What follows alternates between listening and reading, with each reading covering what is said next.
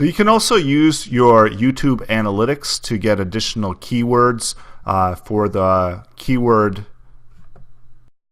strategy of new and up and coming videos. So you can take a look at the videos that you have, go under Analytics, Overview, Traffic Sources. Now I'm not going to have a lot of data in this particular YouTube channel. I just set this one up to create some videos on. But either way, it's the same idea where you could go down to Analytics, Traffic Sources, and you could go to YouTube Search. And from the YouTube Search, this is going to give you a listing of keywords that are being used to find your video or your videos. And from here you could break it down to content per video.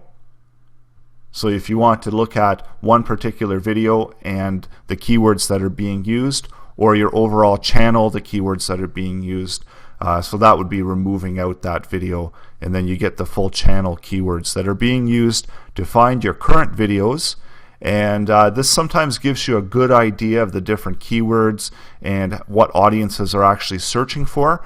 And this also helps you build more towards your channel, build a more targeted channel overall.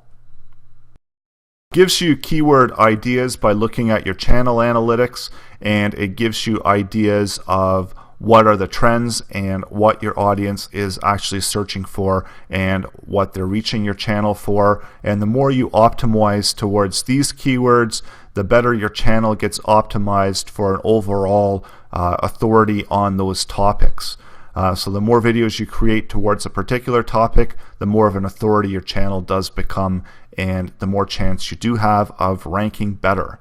So that's how you use the YouTube Analytics and Traffic Sources. And under Traffic Sources, you just check off the YouTube Search, and under YouTube Search you'll get a listing of all your different keywords that users are using to find your channel and your videos on your channel.